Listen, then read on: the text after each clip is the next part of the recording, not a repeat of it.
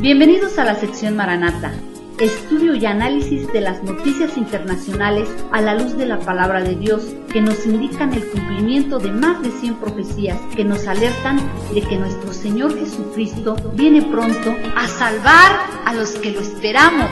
Igual que un parpadear, Él vendrá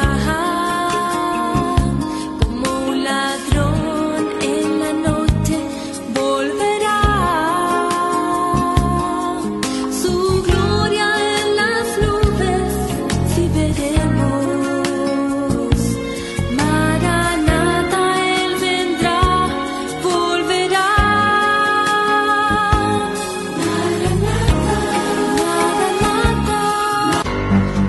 Jesús viene pronto, el tiempo de partida se acerca, es tiempo de preparación, es tiempo de preparación, es tiempo de preparación.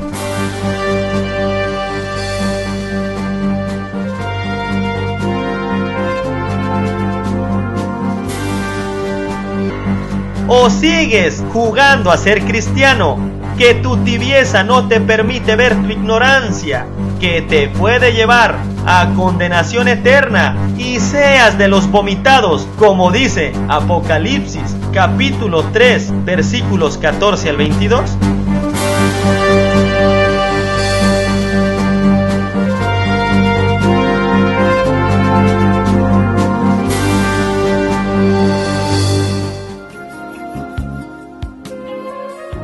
Hola amigos y amigas, bienvenidos a su 37º programa de su serie profética Maranata. Ahora se predica mucho, Dios es amor, te quiere bendecir, te quiere prosperar, y claro que no estamos en contra de que el Señor nos bendiga, nos prospere, pero no lo hace como lo predican ahora, con predicaciones manipuladas. El Señor quiere que busquemos el reino de Dios y su justicia, y entonces todo lo demás vendrá solo por añadidura. No con pactos, no declarando ni decretando, no se dejen engañar. El Señor quiere obediencia a su palabra, obediencia a su palabra, obediencia a su palabra. Hola Raúl, bienvenido nuevamente a los estudios Maranata. Una bendición saludarte, Pepe, a ti y a todo tu auditorio. Un saludo a todos en el bendito y glorioso nombre de nuestro Señor Jesucristo. Y Pepe, si me permites, quedó pendiente el tema del falso profeta y de la gran ramera. Y ahora que hay ya nuevo papa, y que no fue el 112, que se llamaría Pedro el Romano, según el arzobispo irlandés Malaquías, sino que se llama Francisco, ni fue el Papa Negro de acuerdo a Nostradamus, y todas estas mentiras de profecías que solo distraen y confunden a las personas, y que tristemente muchos pseudolíderes o pastores cayeron en esa morbosidad, dándole tanta explicación de sus referencias en latín que tenía para cada papa, y describían más estos eventos de acuerdo a las falsas profecías de San Malaquías que lo que dice la bendita palabra de Dios, olvidando muchos de ellos que en la palabra de Dios encontramos las profecías exactas y claras que nos alertan y advierten de los últimos tiempos que estamos viviendo ya, y que al ver su cumplimiento es para que busquemos más de Dios y nos preparemos para tener una vida eterna con nuestro Señor Jesucristo y vivir con Él en su reino celestial, como nos dice Juan 14. Y para el auditorio que nos va siguiendo en esta serie profética Maranata, es muy importante ver el capítulo anterior para tener una mejor comprensión del tema que estamos tratando. Y también quiero enfatizar, ninguna religión le puede ofrecer lo que solo nuestro Señor Jesucristo hizo por nosotros, que fue el morir en la cruz, y que solo su sangre preciosa que derramó en esa cruz puede limpiar nuestros pecados. No pierda más el tiempo en religiones y entréguese al único que merece toda la gloria, que es nuestro Señor Jesucristo, que fue el único que pagó por nuestros pecados. Y regresando al punto de la gran ramera, donde hoy tiene ya el Vaticano un nuevo papa, Es tiempo de volver nuestros ojos a lo que dice la palabra de Dios. Recordemos que en el programa pasado dimos una base bíblica en relación a la segunda bestia, el falso profeta, que saldrá después de que haya salido la primera bestia. Esta es una base bíblica. Y si es bíblica, es palabra de Dios. Y con esto quedó evidenciado esas falsas profecías de San Malaquías y de Nostradamus, que ya mencionamos. Ahora, con la autoridad que nos da la bendita palabra de Dios, por su exactitud y claridad, vayamos a otros puntos que algunos pasan por alto y que no se deben de olvidar. Si leemos con cuidado, nos da otra característica. Y ahí mismo, en Apocalipsis 13:11 nos dice: después vi otra bestia que subía de la tierra. Cuando está hablando de la tierra, tenemos que escudriñar la palabra de qué zona geográfica está hablando. Aquí no está hablando de las 7 colinas de donde está la gran ramera. Aquí no está hablando del Vaticano. Aquí está hablando de Israel. ¿Por qué de Israel?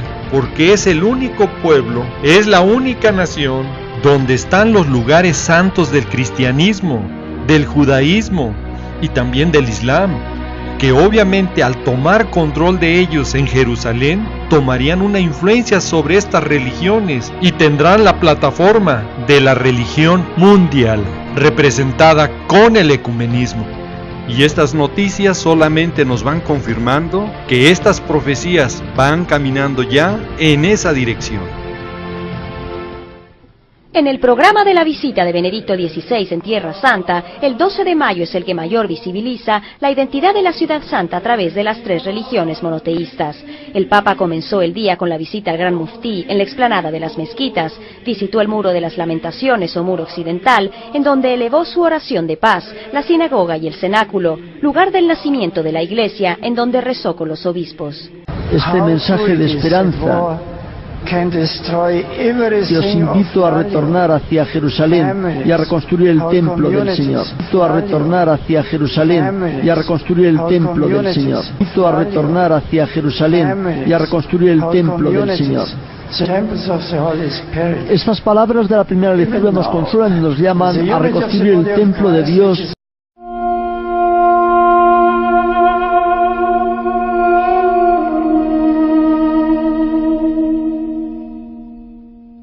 The Temple Mount is perhaps the most contested piece of real estate in the world. The Temple Institute, a non-profit organization, is dedicated to raising public awareness than the rebuilding of the Third Temple. Rabbi Chaim Richmond talks to InfoLive TV. The Temple Institute is a very unique organization because it was founded with the sole purpose of doing as much as possible to raise the consciousness for the Jewish people and really for the whole world as to the central role that the Holy Temple plays in the life of mankind. And this is really a basic principle of Jewish faith, that the Holy Temple is not just some magnificent synagogue. It really wasn't a synagogue at all, or just some beautiful building rooted in the biblical past of the Middle East, but rather it's seen by the Torah as the vehicle that brings about a certain spiritual reconciliation between all of mankind and God. And of course every prophet of Israel tells us that the time will come when the temple will again be rebuilt, and actually it's the era, the epic of the Third Temple, which is seen, for example, when we study Isaiah, as the time which will be unparalleled in human history, when all mankind will be at peace and united in the recognition of God. So everything that we do is really about the restoration of the promise of the temple. There's a number of ways that we go about this. The production of educational materials and curriculum that are used all over the world, and conferences and publications. But the main focal point of our work, where we're standing right now, is actually the reconstruction of vessels that can actually be used in the Holy Temple. As Israel and the Palestinians prepare for another peace summit, the future status of Jerusalem has been thrust to the forefront. Many remain skeptical over the funds invested in the future reconstruction of the temple, and if it will bring true peace. Y este actual Papa no es el falso profeta, porque geográficamente no está en la zona donde debe de estar, que es en Jerusalén, donde estará el tercer templo. También este nuevo Papa no puede ser el falso profeta porque no reúne las características, de acuerdo a Malaquías 4:5, para que pueda engañar al pueblo de Israel, pero lleva las características de lo que es la gran ramera. Apocalipsis 17:2 nos dice que la gran ramera ha fornicado con los reyes de la tierra, y por eso no es de extrañarse por qué ahora que toma su puesto, tantas autoridades a nivel mundial estuvieron acompañando. Y vemos nuevamente la exactitud de la palabra de Dios. El Papa Francisco I, que después corrigió su nombre a solo Francisco, es un personaje exactamente conforme a las características de la palabra de Dios, que nos describe de la gran ramera en los capítulos 17 y 18 del Apocalipsis, y que de acuerdo a las noticias y reportajes que la prensa y los medios de comunicación van sacando y mostrando a la luz, exhiben su gran corrupción. Estos mejor guardados desde el Vaticano, las cuentas públicas de la Santa Sede. ¿Qué es lo que se está discutiendo ahora? En realidad empezó a discutirse 2 días antes de que lo eligieran a Francisco como el nuevo Papa.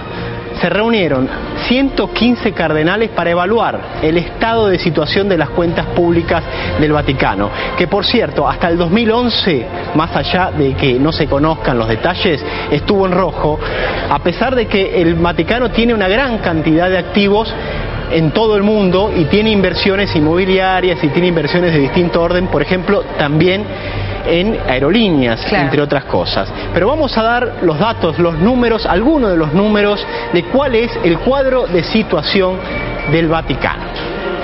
En el 2011, el patrimonio del Instituto para las Obras de la Religión, que es el Banco del Vaticano, era de 6.000 millones de euros. ¿Qué es lo que tiene el Vaticano como activos? 70 hectáreas de terreno con edificios en Roma, 55 hectáreas de la residencia de verano del Papa en Castel Gandolfo, 200 hectáreas a la orilla del mar y 1.200 hectáreas más en la periferia de la Ciudad Eterna. Tenemos algunos números más que de alguna forma reflejan en parte cuál es el cuadro de situación de las finanzas del Vaticano. Tiene bienes de 325 órdenes religiosas femeninas y de 87 órdenes masculinas en Roma. Según la revista inglesa The Economist, quizás una de las más prestigiosas de Inglaterra, la Santa Sede gasta por año alrededor de 170.000 millones de dólares en todo el mundo. Y te acuerdas que también había comprado una propiedad que se supone ha sido sobrevaluada, ¿no? Cuando justamente se realizó la operación compra-venta, ¿no? Que está muy cerca del Sauna Gate más importante de allí. Y hay varios escándalos, obviamente también por lavado de dinero, por lavado de dinero, por lavado de dinero. Sí, tanto o sea, 9 millones fue, digamos, la venta inicial y el día siguiente lo compró por 20 millones de euros, con lo cual hay una diferencia muy grande. Tendría que haber también claridad respecto de eso, ¿no? Exactamente. El portfolio de inversiones extranjeras del Vaticano es de 2.600 millones. Aquí vienen las inversiones que yo les había dicho en aerolíneas, en el rubro inmobiliario y hasta en cine. El Vaticano posee un gran número de inmuebles lujosos adquiridos gracias al dinero de Benito Mussolini. Así lo ha revelado el periódico The Guardian tras realizar una investigación propia. Según se revela, el dictador italiano otorgó dinero al Vaticano a cambio del reconocimiento por el Papa del régimen fascista en 1929. Actualmente el volumen de los activos de la Iglesia se estima en unos 600 millones de euros y se cita como propietarias a varias empresas falsas. Los periodistas han pedido a los representantes del Vaticano que hagan comentarios al respecto y han preguntado en qué gasta el dinero el Papa y por qué se oculta la pertenencia de estos bienes. Hasta el momento no han recibido ninguna respuesta. Varios analistas opinan que Francisco I deberá limpiar la imagen de la Iglesia Católica tras los recientes escándalos relacionados con la filtración de datos secretos del Vaticano. Ahora conectamos en directo con el periodista Daniel Stulin, quien nos comentará las consecuencias de la elección del nuevo Santo Padre. En el año 2005, el cardenal Jorge Mario Bergoglio era el principal rival de Joseph Ratzinger, quien después fuera Benedicto XVI. ¿Qué fuerzas en el Vaticano están detrás de su victoria? Pues es una elección muy interesante con muchas incógnitas por resolver. Primero, el nuevo Papa es jesuita. Es un dato muy importante. La Compañía de Jesús es una fuerza casi militar, cuasi militar, de más de 50.000 miembros en el mundo y que fue fundada como una unidad de inteligencia política por la antigua oligarquía europea, como una nueva herramienta para implementar su objetivo histórico de eliminación de las instituciones neoplatónicas de Estado. Es decir, los jesuitas intentan crear un mundo sinárquico basado en el debilitamiento general de los poderes soberanos de los Estados-naciones, que deberán ser sustituidos por agencias supranacionales de un mundo globalizado, como puede ser el Banco Mundial, por ejemplo, el Fondo Monetario, UNESCO o incluso el Consejo Mundial de la Iglesia. Además, va a ser muy interesante observar la lucha por el poder entre el Opus Dei, que lleva más de 25 años en la posición de privilegio durante el reinado de Juan Pablo II, y los jesuitas. En juego está la influencia y obviamente el dinero. ¿Cómo su figura puede influir en la política del Vaticano? Bueno, yo creo que hay unas cosas concretas a tener en cuenta. Y en ese sentido, el aparato publicitario del Vaticano, vamos a ver cómo funciona. Saldrá algo en los medios de comunicación sobre el papel oscuro del nuevo Papa durante la dictadura en Argentina. Este señor traicionó e intrigó a los militares a dos sacerdotes jesuitas, Orlando Ioria y Francisco Jalix. Imagínate si el candidato a la Casa Blanca hubiese colaborado con los nazis en la Segunda Guerra Mundial. ¿Crees que habrían elegido presidente de este país? Y sin embargo, en el Vaticano, estos detalles de poca monta, ¿no? Parecen no tener mucha importancia. Entonces habría que ver exactamente de qué forma estos tipos de datos oscuros que van a seguir saliendo o no saliendo pueden influir en el papel del nuevo Papa, pueden influir en el papel del nuevo Papa, pueden influir en el papel del nuevo Papa. Francisco I, el primer Papa latinoamericano de la historia, arrancó este jueves su pontificado. El hasta ayer cardenal argentino Jorge Bergoglio, de 76 años, fue proclamado Papa por sorpresa el miércoles, tras 2 días de conclave. Algo que me llamó bastante la atención lo podemos encontrar en un crucifijo que cuelga sobre su cuello. Echemos un vistazo ahora a dicho crucifijo. Cualquier persona podría creer que lo que estamos viendo es a Jesús, pero si realizamos una búsqueda de imágenes en Google Imágenes, no van a encontrar una sola imagen de Jesús con dicha posición de brazos. Es una posición de brazos bastante inusual, y no estamos hablando de Jesús, La imagen que contiene este crucifijo no es Jesús, señores. La manera en la que los brazos de esa figura los tiene es idéntica a la manera en la que antiguamente los faraones eran representados.